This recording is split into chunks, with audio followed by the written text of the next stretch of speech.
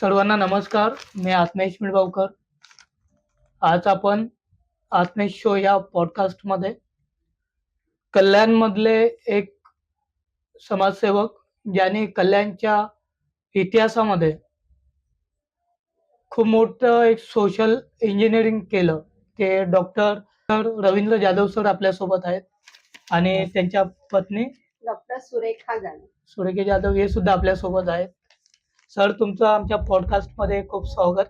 नमस्कार आणि सगळ्यांना. तुम्ही नमस्कार. ऍक्च्युली सर, तुम्ही जे सोशल नेटवर्क कल्याणमध्ये केलं आणि त्यामागे जो काही इतिहास आहे, तो आज आमच्या युट्यूबच्या माध्यमातून आमच्या जनतेला आणि सोशल काम कशा प्रकारे चालायला हवं हे सांगण्यासाठी आम्ही वाट बघत होतो. खूप दिवसापासून आम्ही प्रयत्न करत होतो की आम्ही तुम्हाला भेटू, तुमचा टाइम घेऊ आणि तो टाइम आज तुम्ही आम्हाला दिलात. त्याबद्दल तर मी प्रथमतः तुमचे धन्यवाद मानतो. अ, माझा पहिला प्रश्न हा आहे की प्रत्येक यशामागे एक मोठा संघर्ष लपलेला असतो. त्या संघर्षाची सुरुवात तुमच्या जीवनामध्ये कशी झाली? सर्वप्रथम व्हॉइस ऑफ आत्मेश, बरोबर ना, येस. यांच्या सगळ्या नव्या प्रेक्षकांना नमस्कार करतो. आणि यशाच्या मागील संघर्ष, तर हा यशाच्या मागील संघर्ष अगदी लहानपणापासूनचाच आहे. म्हणजे ज्या दिवशी लहानपणी माझी आई वारली आणि त्यानंतर अगदी गव्हर्नमेंटच्या वसतिगृहामध्ये जाण्यापासून जी सुरुवात झाली संघर्षाची, ती त्यापासून सुरुवात झाली, ती आजपर्यंत आम्ही संघर्षच करत आहोत. तुमचा कोकण ते मुंबई हा जो प्रवास आहे, तो ऐकायला आवडेल आम्हाला. तर कोकणामध्ये आम्ही ज्यावेळी माझं शिक्षण ज्यावेळी 10वी आणि तिथून 11वी आणि 12वी कणकवलीला झालं आणि तिथून नंतर 12वी सायन्स नंतर आम्ही कोकणातून मुंबईमध्ये आलो आणि त्या मुंबईमध्ये मला काही MBBS ला ऍडमिशन नाही मिळालं. जे हॉस्पिटलला मला मेरिटमध्ये ऍडमिशन मिळालं होतं, पण माझ्याकडे 400 रुपये नव्हते आणि त्याच्यामुळे मला ते ऍडमिशन नाही मिळालं. परंतु नंतरचं जे मला ऍडमिशन मिळालं तर सगळ्या माझ्या भावानी मला मदत केली. जसं BS म्हणून आहेत कोकिसरेकर, त्यानंतर कुसूरकर माझे जे मावशी आहे त्या लोकांनी, त्याच्यानंतर माझं जे संजय जाधव आहेत बंधू, आणि या सगळ्यांनी मिळून मला मदत केली आणि म्हणून मी BMS ला मी तिथे ऍडमिशन घेतलं पोद्दार मेडिकल कॉलेजला. आणि तिथूनच मग विद्यार्थी आंदोलन असेल किंवा इतर सामाजिक प्रेरणा असेल ती तिथून सुरू झाली. आणि या सगळ्याच्या पाठीमागे मित्रांनो सांगायचं म्हणजे डॉक्टर बाबासाहेब आंबेडकरांचं संविधान, ज्या संविधानामुळे आम्हाला हॉस्टेल मिळाले, वसतिगृह मिळाले, त्याच्यामुळे माझ्यासारखी जी अनाथ आणि निराधार मुलं आहेत ती शिकू शकली. बरोबर. म्हणजे सर, तुमचा संघर्ष हा तुमच्या लाईफच्या फर्स्ट डे पासून सुरू झाला आहे, असं बोलू शकतो आपण. अगदी बरोबर. राईट. तुमच्या शैक्षणिक जीवनात असा एक प्रसंग त्याच्याने तुम्ही हतबल झाला असाल आणि त्यामधून तुम्ही तो मार्ग सुद्धा मिळाला असेल तुम्हाला, तो मार्ग सुद्धा, असा एक प्रसंग? हो, असा एक प्रसंग म्हणजे मी आकाशवाणीवरती सुद्धा हा प्रसंग मी सांगितला. ओके. या जवळपास 1.5 कोटी लोकांनी तो प्रसंग ऐकला आणि बरेच लोक हळहळले आणि मला फोन पण आले. तो प्रसंग असा होता की जीवाचं रान करून आम्ही MBBS ला जायचं असं झालं फायनल, परंतु 400 रुपये नसल्यामुळे ते ऍडमिशन झालं नाही. आणि दिवसभर इकडे तिकडे पैसे कुठे मिळतात का बघण्यामध्ये तो दिवस गेला आणि तो दिवस असाच निघून गेला. दुसऱ्या दिवशी ज्यावेळी आम्ही ऍडमिशनसाठी गेलो तर त्यावेळी त्यांनी सांगितलं की तुमचं ऍडमिशन गेलेलं आहे. आणि ते टेन्शन, खूप मोठं टेन्शन होतं आणि त्यामुळे त्याचा प्रेशर मी पचवू शकलो नाही आणि मी सुसाईड करण्यासाठी महालक्ष्मी नावाचं एक रेल्वे स्टेशन आहे त्या रुळावरती गेलो होतो. परंतु तिथे 3 तास बसलो आणि रडलो आणि मग स्वतः मी बाबासाहेबांचा आदर्श घेणारा जर मी विद्यार्थी आहे तर रडून चालणार नाही आणि मला पुढे पाऊल उचलावंच लागेल. आणि अशा पद्धतीने जे मला ऍडमिशन मिळालं ते मी घेतलं आणि मग माझा पुढचा संघर्ष मी त्याच्यामध्ये यशस्वी झालो. तुमचा संघर्ष खूप काही शिकवण्यासारखा आहे आणि शिकून घेण्यासारखं आहे. कारण आजच्या डेटला एवढा मोठा संघर्ष कोणी करू नाही शकत. तो संघर्ष केलं आहे आणि आम्ही ते ॲक्चुअली तुमच्याबद्दल खूप ऐकलंय डीपली. तर खूप छान वाटतं, की असा एक व्यक्ती जो इतरांच्या प्रॉब्लेमला आपला प्रॉब्लेम समजतो आणि त्यांच्या सर्व गोष्टीसाठी धावून जातो. मध्ये मी तुमचा व्हिडिओज बघितलेला, की तुम्हाला एक कॉल आला आणि तुम्ही त्या ठिकाणी गेलात, ॲम्ब्युलन्स गेले आपले आणि त्यांना इथे घेऊन आलात तुम्ही. करेक्ट. हे खूप मोठं कार्य तुमच्या हातातून होत आहे. खूप छान वाटतं ॲक्चुअली. आणि डॉक्टर मित्र चॅरिटेबल जी ट्रस्ट आहे, अ, त्याची निर्मिती आपण का केली? कशासाठी केली? डॉक्टर मित्र चॅरिटेबल ट्रस्टच्या माध्यमातून आपल्याला बरीच सोशल कामं करता येतील. मग ते नर्सिंग प्रशिक्षण देणं असेल किंवा इतर ज्या काही सोशल सर्व्हिसेस असतील, तर त्या आपल्याला करायच्या आहेत. या उद्देशाने डॉक्टर मित्र चॅरिटेबल ट्रस्टची आम्ही स्थापना केली आणि अगदी डे 1 पासून ज्यावेळी आम्ही मेडिकल डिग्री घेऊन बाहेर पडलो आणि आम्ही सोशल ॲक्टिव्हिटीज तात्काळ सुरू केल्या आणि स्वतःच्या रोजीरोटीची सुद्धा आम्ही सुरुवात केली. करेक्ट. मॅडम तुम्हाला एक प्रश्न आहे. हॉस्पिटलमध्ये आई-बाबांची सेवा करत असताना त्यांच्याकडे जे अनुभव असतात, ते तुमच्याकडे ते शेअर करत असणार नक्कीच. तर तुमच्या शब्दांमध्ये ते अनुभव कसे असतील? आमच्याकडे येणारे आई-बाबा हे सर्वच चांगल्या परिस्थितीतून आलेले नसतात. काही गरीब असतात, काही श्रीमंत असतात. श्रीमंतांची जी मुलं आहेत ती त्यांना सांभाळू शकत नाही. पैसा असतो, पण त्यांच्याकडे वेळ नसतो आई-वडिलांना द्यायला. आणि गरीब म्हणजे आई-वडिलांना त्यांना सांभाळायचं असतं, पण त्यांच्याकडे पैसा नसतो. काही आई-वडील असे असतात, की जे ज्याला आपण एज काही वर्षानंतर किंवा 75-70 च्या नंतर त्यांना डिमेन्शिया हा प्रॉब्लेम सॉल्व्ह होतो, की ते विसरून जातात. कधी-कधी घरातून निघतात काहीतरी घ्यायला आणि रस्त्यावर जातात आणि विसरून जातात घर. तर असे जे पेशंट असतात किंवा असे जे वृद्ध आई-बाबा असतात ते कुठेतरी कोणाला संस्थेला किंवा कोणाला सापडतात. ते पोलिस स्टेशनमध्ये जमा होतात आणि त्याच्यानंतर ते आई-बाबा आमच्याकडे येतात. तर प्रत्येकाची कहाणी वेगळी आहे. तर त्यांना खरंच सांगते त्या आई-बाबांना त्यांना मातृत्वाची गरज असते, त्यांना प्रेमाची गरज असते, त्यांना सहानुभूतीची गरज असते. पैसा हा त्यांच्यासाठी हे नसतो. कारण त्यांनी आयुष्यामध्ये खूप पैसा कमवला असतो. त्यांच्या कष्टाचंच असतं, की त्यांनी घर, बंगला बांधलेला असतो, मुलांना शिक्षण दिलं असतं. हा पैसा ते खेळत असतात. पण त्यांना ह्या वयामध्ये खूप प्रेमाची, आपुलकीची आणि सहानुभूतीची गरज असते. ती आम्ही इथे त्यांना देतो. आणि त्या सहानुभूतीने किंवा त्या कुटुंब वात्सल्याने ते इतके भरले जातात, की त्यांना हे त्यांचं कुटुंब वाटतं. आणि आज हे आमचं त्यांच्यासाठी हे माहेरघर झालं सर्वांसाठी. म्हणजे असं नाही की नुसतं वृद्ध येतात, काही अनाथ लेडीज येतात, काही अनाथ मुलं येतात आमच्याकडे, की त्यांना आम्ही इथे आसरा देतो, सांभाळतो, त्यांना शिक्षण देतो, त्यांना रोजीरोटी देतो, नोकरी लावून देतो. डॉक्टरांनी आत्ताच सांगितल्या पद्धतीने डॉक्टर मित्र चॅरिटेबल ट्रस्टची जी स्थापना झाली, त्याच्यातून अनेक रोजगारांना रोजगार मिळाले. जसं नर्सिंग इन्स्टिट्यूट आम्ही यशवंतराव चव्हाण मुक्त विद्यापीठाचं एक डॉक्टर मित्र पॅरामेडिकल इन्स्टिट्यूट आम्ही स्थापन केले वेगळे. त्याच्यातून अनेक गोरगरीब मुलींना नर्सिंग शिक्षण देऊन त्यांना जॉबला लावलं. तसंच डॉक्टर मित्र चॅरिटेबल ट्रस्ट ह्या लहान मुलांना पण संगोपन करते. त्यांच्या भविष्यासाठी तरतूद करते आणि तसंच आम्ही एक आश्रम किंवा तुम्ही वृद्धाश्रम आणि अनाथ आश्रम आम्ही चालवतो. आणि अशा पद्धतीने त्या आई-वडिलांच्या जे अनुभव आहे, प्रत्येकाचे वेगळे अनुभव आहेत. ते आपल्याला इथं तेवढा वेळ नाही की शेअर करायला. बरोबर. पण प्रत्येकाला सहानुभूतीची, आपुलकीची गरज असते. ह्या माध्यमातून आम्हाला एवढंच सांगायचं आहे, की आई-वडील हे आपले असतात. आपण त्यांना प्रेम द्यायचं असतं. त्यांना थोडा वेळ द्यायचा असतो. ते तुमच्या वेळेस फक्त वेळ दिला, प्रेम दिलं तर ते खुश म्हणजे आम्ही होतात. कसं की डॉक्टर मित्र चॅरिटेबल ट्रस्टच्या माध्यमातून हं. ट्रस्टचं वृद्धाश्रम सुरू केलं, येस. ट्रस्टचं वसतिगृह सुरू केलं. त्याचप्रमाणे रस्त्यावरती जे गोरगरीब अनाथ निराधार आहेत, त्यांचं पुनर्वसन केंद्र सुरू केलं. येस. त्यानंतर गोरगरिबांसाठी आम्ही ट्रस्ट हॉस्पिटल सुरू केलं. येस.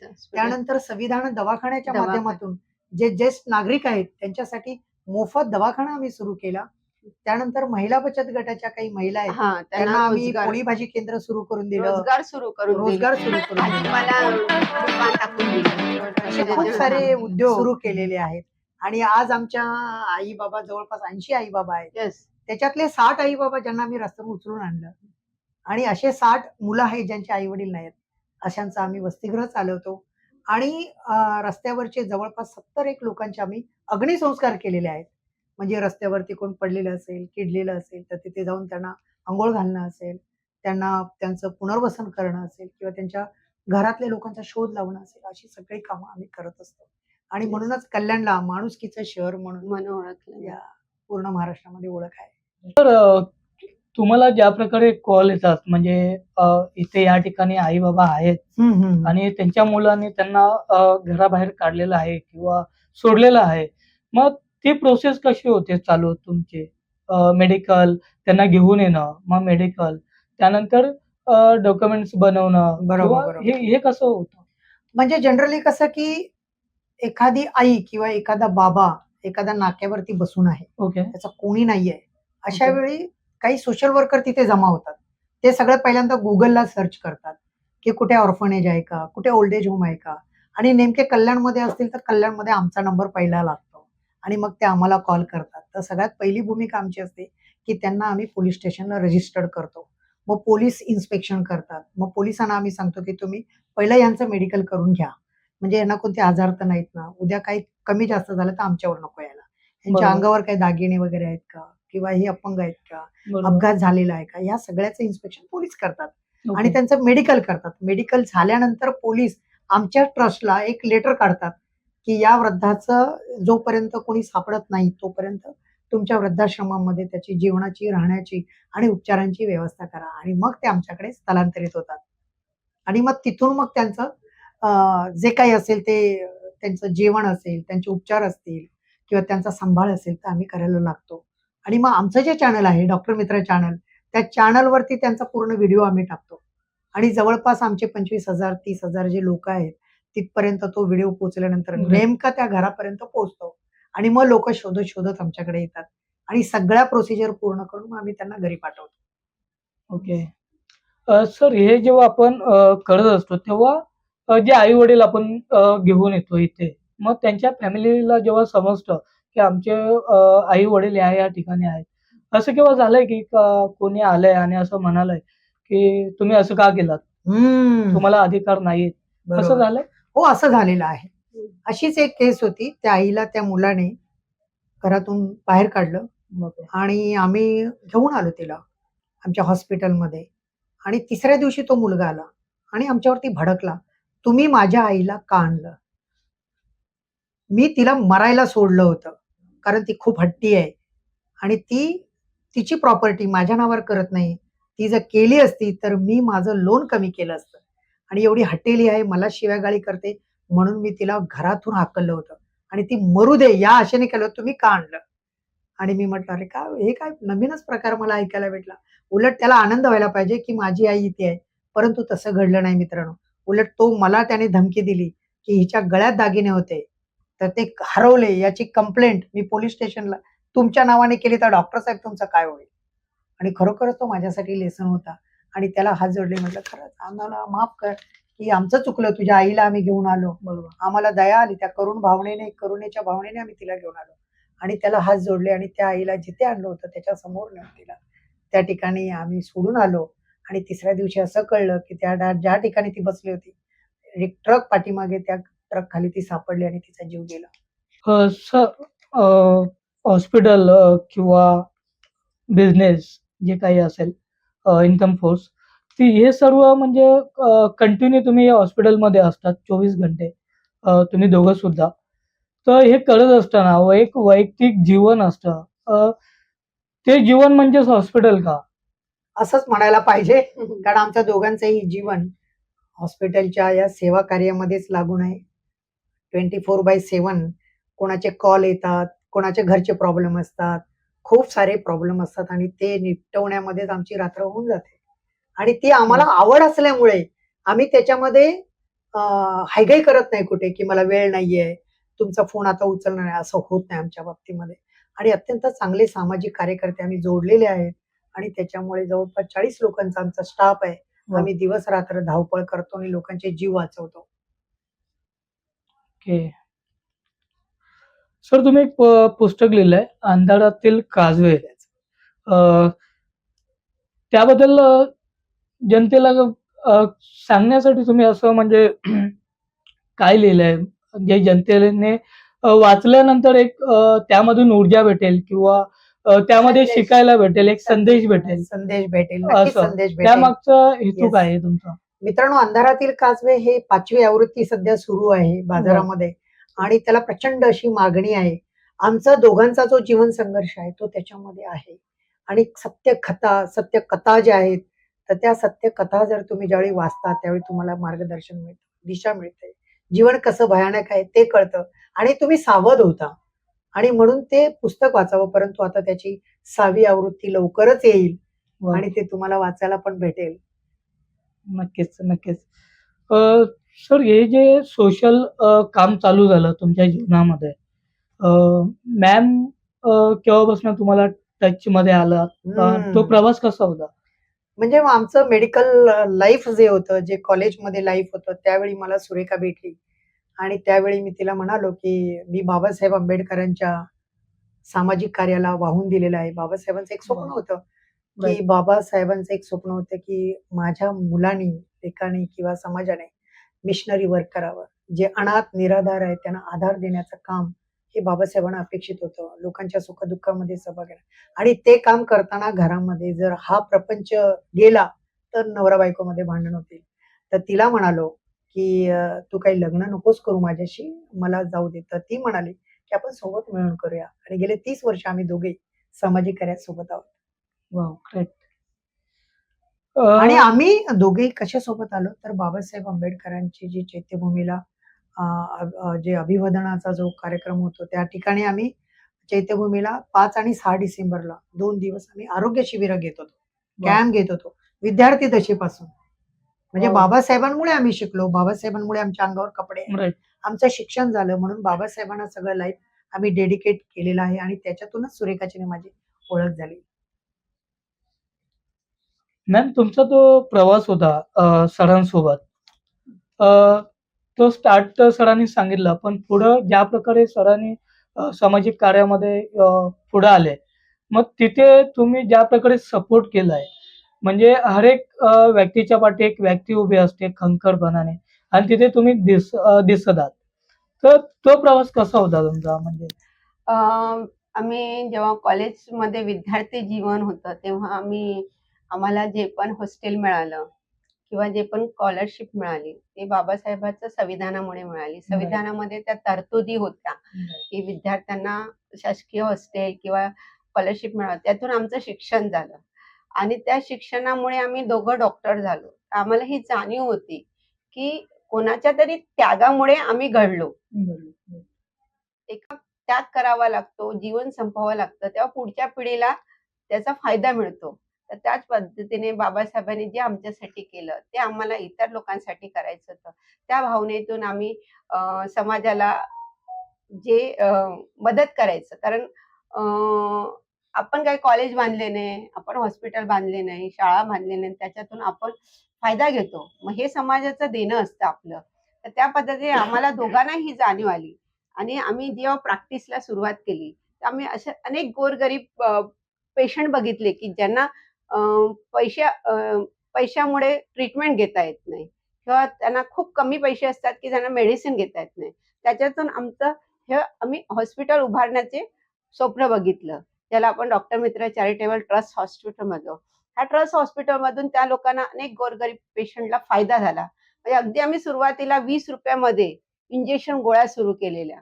₹50-60 मध्ये आम्ही सलाईन लावत होतो तेव्हा. म्हणजे ही सुरुवात तिथून झाली. अनेक आम्ही उपक्रम केले. जेव्हा एड्स खूप फोफावत होता 92-93 नंतर. तर तेव्हा अनेक प्रोग्राम केले आम्ही. जनजागृती केली लोकांना आणि त्याच्यातून वाचवण्याचा प्रयत्न केला आणि एड्सच्या लोकांना आम्ही अक्षरशः त्यांना ट्रीटमेंट सुद्धा दिली आहे. एवढी जवळपास रिस्क घेऊन 350च्या वरती HIV/AIDS लोकांना हां. आम्ही आधार दिला होता. आधार दिला, त्यांचं संगोपन केलं, त्यांना मार्गदर्शन केलं आणि जनजागृती केली. हे सुद्धा आम्ही सामाजिक कार्य करताना हा सुद्धा उपक्रम केला त्यावेळी आहे. एक आम्ही संस्था स्थापन केली होती. तिचं नाव होतं लोक लोकजागृती लोक संस्था. लोकजागृती खूप लोकजागृती केली. डॉक्टर मित्र नावाचं एक पेपर मासिक मासिक पेपर आरोग्य सुरू- पत्रिका काढली होती त्याच्यातून आम्ही आणि लोकांना ती खूप जवळपास मार्गदर्शन झालं. 10,000 लोक तेवढे मेंबर होते त्याचे. मेंबर्स आणि ते मेडिकल झालं. डिरेक्टर काढल्या, वेगवेगळ्या दिवाळी अंक काढले, ज्यांना राष्ट्रीय पुरस्कार राज्य मिळाले. पारितोषिक मिळाले. असे सगळे त्याच्यानंतर डॉक्टरांनी सांगितलं प्रमाणे आम्ही डॉक्टर मित्र पॅरामेडिकल कॉलेज सुरू केलं. हो, अनेक वेगवेगळे. विद्यार्थ्यांना नर्सिंग शिक्षण, हॉस्पिटल मॅनेजमेंट, ओटी असिस्टंट असे बरेचसे. काही विद्यार्थी तर अक्षरशः गव्हर्नमेंट जॉबला सुद्धा आहेत आणि आमचे सर्व विद्यार्थी जॉबला आहे, याचा आम्हाला अभिमान आहे. हम्म. त्याच्यानंतर आम्ही मुलांचं वसतिगृह सुरू केली. हे अर्थात आमच्या दोघांच्या प्रयत्नातून, दोघांचे विचार सेम आणि त्याच्यातून जी भावना होती, समर्पणाची भावना, समाजाला समर्पण, विद्यार्थ्यांना समर्पण आणि आईबाबांना समर्पण, ह्या तिन्ही भावनेतून आम्ही हे बुद्धाचं काम, करुणेचं काम सुरू केलं. बाबासाहेबांचं संविधानाचं काम सुरू केलं. आजही डॉक्टर आणि मी कुठे पण आम्ही जातो, कॉलेज, शाळेमध्ये आणि संविधानाचा प्रसार करतो. विद्यार्थ्यांना ते पटवून देतो आणि हे आमचं सामाजिक कार्य आहे, जे आम्ही आता इथपर्यंत घेऊन आलो. म्हणजे सांगायचा मुद्दा की हा. सेवा आणि संविधान हे ही दोन कामं आम्ही करतो. आणि हे पुढे तुमच्यासारख्या युवकांनी घेऊन जावं, नक्की नक्की. आमच्या मुलांनी पुढे घेऊन जावं, अशी अपेक्षा ही आहे. आमची अपेक्षा आहे. सर मध्ये आपण संविधान सैनिक संघ बरोबर. ची निर्मिती केली. त्याचं कंटिन्यू काम आम्ही बघत होतो. तर त्यामागचं संकल्पना काय आहे तुमची? संकल्पना अशी आहे की डॉक्टर बाबासाहेब आंबेडकरांनी भारतातली जातीय व्यवस्था नष्ट करण्यासाठी संपूर्ण आयुष्य वेचलं आणि संविधानाची निर्मिती केली. संविधानाच्या माध्यमातून लोकशाही आल्यानंतर आपला देश सुखी संपन्न व्हायला पाहिजे आणि बाबासाहेबांची आमच्यासारखी जी लेकरं आहेत ती सुखी संपन्न व्हायला पाहिजे होती, परंतु तसं नाही घडत. तर आम्हाला सुद्धा निराधार आणि गोरगरीब दुर्बळांसाठी आपलं आयुष्य समर्पित करावं लागतं. हे काय आहे याचा अभ्यास करताना असं माझ्या लक्षात आलं की नाहीये, बाबासाहेबांचं संविधानाची अंमलबजावणी होत नाहीये आणि म्हणून आम्हाला सुद्धा आपलं आयुष्य या निराधारांसाठी व्यतीत करावं लागतंय आणि म्हणूनच बाबासाहेबांच्या संविधानाची योग्य प्रकारे अंमलबजावणी करण्यासाठी, त्याचा प्रचार प्रसार करण्यासाठी, हक्क आणि अधिकार मिळवून देण्यासाठी आपल्याकडे सुद्धा एखादं संविधानाचं कार्य करणारी संघटना पाहिजे आणि त्याच्यातून निर्मिती झाली संविधानाचे सैनिक. परंतु जसं सीमेवरती सैनिक असतात, देशाचे लढवय्ये जवान असतात, त्याच पद्धतीने संविधानाचे सुद्धा सैनिक जर बनले तरच त्याचे हक्क आणि अधिकार मिळू शकतात. म्हणजे अनुयायी होऊन, भक्त होऊन ते मिळणार नाहीत. त्याच्यासाठी तुम्हाला लढावंच लागेल. सैनिकासारखं तुम्हाला हक्क आणि अधिकारांसाठी आणि अंमलबजावणीसाठी लढावंच लागेल आणि त्याच्यातूनच निर्मिती झाली संविधान सैनिक संघ महाराष्ट्र राज्य. आज आदिवासी, आगरी, कुणबी, कोळी अशा संपूर्ण समूह घटकातले 50,000 संविधानाचे सैनिक महाराष्ट्र राज्यात आहेत. हे तुम्हाला सांगायला मला खूप आनंद वाटतो. राईट. खूप छान सर. हॉस्पिटल आणि आई बाबा यांची सेवा करत असताना आपल्याला भारतीय समाजाकडनं सहकार्य होतं का? किंवा कुठे म्हणजे ह्या सोशलमध्ये अशा खूप काही गोष्टी असतात तिथे पॉलिटिकल सपोर्ट असेल किंवा हो. आर्थिक सपोर्ट असेल, गव्हर्नमेंट सपोर्ट असेल, हे लागतं आपल्याला. तर असं आहे का? सहकार्य आहे का? पहिली गोष्ट म्हणजे तुम्ही हा जो प्रश्न विचारलात ना, तो एकदम ॲक्युरेट असा आहे प्रश्न आणि त्याचं उत्तर आहे की आम्हाला सरकारी मदत नाही. आमच्याकडे देणगीदार सुद्धा नाहीत आणि आम्ही कोणाकडे जाऊन 100 रुपयाची पावती फाडत नाही. त्याचं कारण आहे की बाबासाहेब आम्हाला स्वाभिमान शिकवतात आणि बाबासाहेबांनी दिलेलं आमच्याकडे आहे, तर ते स्वकमाई ही बाबासाहेबांचीच आहे. Right. मग ती खर्च करून आम्ही बाबासाहेबांच्या सामाजिक कार्याला योगदान देत आहोत आणि म्हणूनच आम्ही आमच्याकडे जे काही आहे ते बाबांचं आहे आणि ते सामाजिक कार्याला आम्ही समर्थपणे खर्च करतो. Correct. माझा लास्टचा प्रश्न आहे का जे मुलं आपल्या आई वडिलांना घराबाहेर ठेवतात किंवा त्यांच्याकडे लक्ष देत नाही, अशा मुलांसाठी तुम्ही काय संदेश देणार दोघं सुद्धा? आपले आई वडील असतात जे आपल्याला बोट धरून चालायला शिकवतात, बोलायला शिकवतात, चांगले संस्कार देतात की ज्याच्यामुळे आज आपण ह्या पोस्टवर आहोत. म्हणजे जसं आम्ही डॉक्टर आहोत, तुम्ही एक पत्रकार आहे, किंवा कोणी इंजिनियर आहे, टीचर आहे, प्रोफेसर आहे, वकील आहे, सायंटिस्ट आहे. हे आपल्या आईवडिलांनी घडवलं. त्यांनी ठरवलं असतं की माझ्याकडे पैसा नाही, 10वी नंतर तू शिक्षण करू नको, तर आपण केलं असतं का? नाही केलं असतं. आपण तिथे स्टॉप झालो असतो. आपली प्रगती स्टॉप झाली असती, आपली उंच भरारी स्टॉप झाली. पण ते विचार करत नाही, ते आपल्या कुवतीच्या बाहेर. मग तो क्लर्क असू दे, शाळेचा शिपाई असू दे, पण तो एक मनात हे करतो की माझा मुलगा शिकला पाहिजे, आणि त्या पद्धतीने तो मेहनत करतो आणि आपल्याला इथपर्यंत घेतो. आणि आपण त्यांची परतफेड तशी करतो का? नाही करत. नाही. आपल्याला ते म्हातारे झाले की घरात अडचण वाटते. ते खोकलले की आपल्याला वाटतं की हिला काय प्रॉब्लेम झाला, टीबी झाली का लगेच? म्हणजे डोक्यामध्ये असे वाईट विचार येतात की आपल्या मुलांना होईल का? मग हा विचार त्यांनी टाळायला पाहिजे. त्यांना मनुष्य, म्हणजे तुम्ही जे मनुष्य आहेत ते पण तेच मनुष्य आहेत. तुम्हाला ज्या भावना आहेत त्यांना पण त्याच भावना आहेत, आणि ह्या भावना तुम्ही जपायला पाहिजे. आज तुम्हाला त्यांची परिस्थिती आहे म्हणून तुम्ही त्यांना वृद्धाश्रमामध्ये आणलं किंवा कुठे पण ठेवलं. पण उद्या तुमची जर परिस्थिती झाली तर तुमचे आई-वडील तसं करणार का? ते जीवाचं रान करतील, स्वतःला विकतील, पण तुम्हाला जगवतील. तुम्हाला काही त्रास होणार नाही याची काळजी घेतील. मग तुम्ही कसं का? तुम्ही का भेदभाव करता? आणि दुसरं म्हणजे की आईने आपल्याला 9 महिने वाढवलं, आपलं शिशू काढलं आणि त्यावेळी घरात वास येत होता म्हणून काय तुम्हाला फेकलं नाही. पण आईला बरोबर. लकवा मारला, वडिलांना लकवा मारला. त्यांचा शिशूचा थोडा वास आला, तर तो सहन होत नाही आणि मग त्याची बायको आणि ते संपूर्ण घरात वातावरण बिघडेल म्हणून तिला कुठेतरी एखाद्या वृद्धाश्रमामध्ये नेऊन ठेवणं, हे योग्य नाही. ही एक बाजू झाली. दुसरी बाजू, की जर तुमच्या आई-बाबांना पेन्शन असेल आणि ते आजारी असतील, तुम्ही सांभाळू शकत नाही, तर नक्कीच आमच्यासारखी जी सेंटर आहे, जिथे हॉस्पिटल आहे, हं. त्या ठिकाणी तुम्ही जर ॲडमिट केलात, तर त्यांच्यावरती उपकारच होतील. म्हणजे घरात तुम्ही त्यांना जर तडफडवत ठेवणार असाल, तर ते योग्य नाहीये. तुमच्याकडे पैसा आहे, त्यांची पेन्शन आहे, तर तुम्ही योग्य सेंटरमध्ये जर ॲडमिट केलात, तर त्यांची आरोग्याची काळजी घेतली जाईल. पण अनाठायी जर तुम्ही उगीचच सगळ्या काही सुविधा आणि प्रॉपर्टी पैसा तुम्हाला मिळाल्यानंतर सुद्धा तुम्ही आई-वडिलांचं संगोपन करत नसाल, तर ते योग्य नाहीये. आणि वृद्धाश्रम ही संकल्पना आहे जी लोकांच्या मनामध्ये आली की कुठेतरी आईला टाकलं जातं किंवा एकटं राहतं. तर समाज त्या मुलाला किंवा त्या मुलीला फार वाईट बोलतात की आई-वडिलांना सांभाळता नाही. तर वृद्धाश्रम ही संकल्पना आमच्या दोघांची आहे की एक पाळणा घर आहे. बरोबर. जसं आपण लहान मुलांना, आपण कुठेतरी बिझी असतो. आपण असं समजत नाही की आपलं लहान मूल बाहेर कुठे वेगळं राहायला पाहिजे. तरी पण ती एक मजबुरी असते, की आपण दोघंही कामाला जातो, तर लहान मुलाला कुठे आणि एक पाळणा घरात ठेवतो. तो सुरक्षित राहतो तिथं.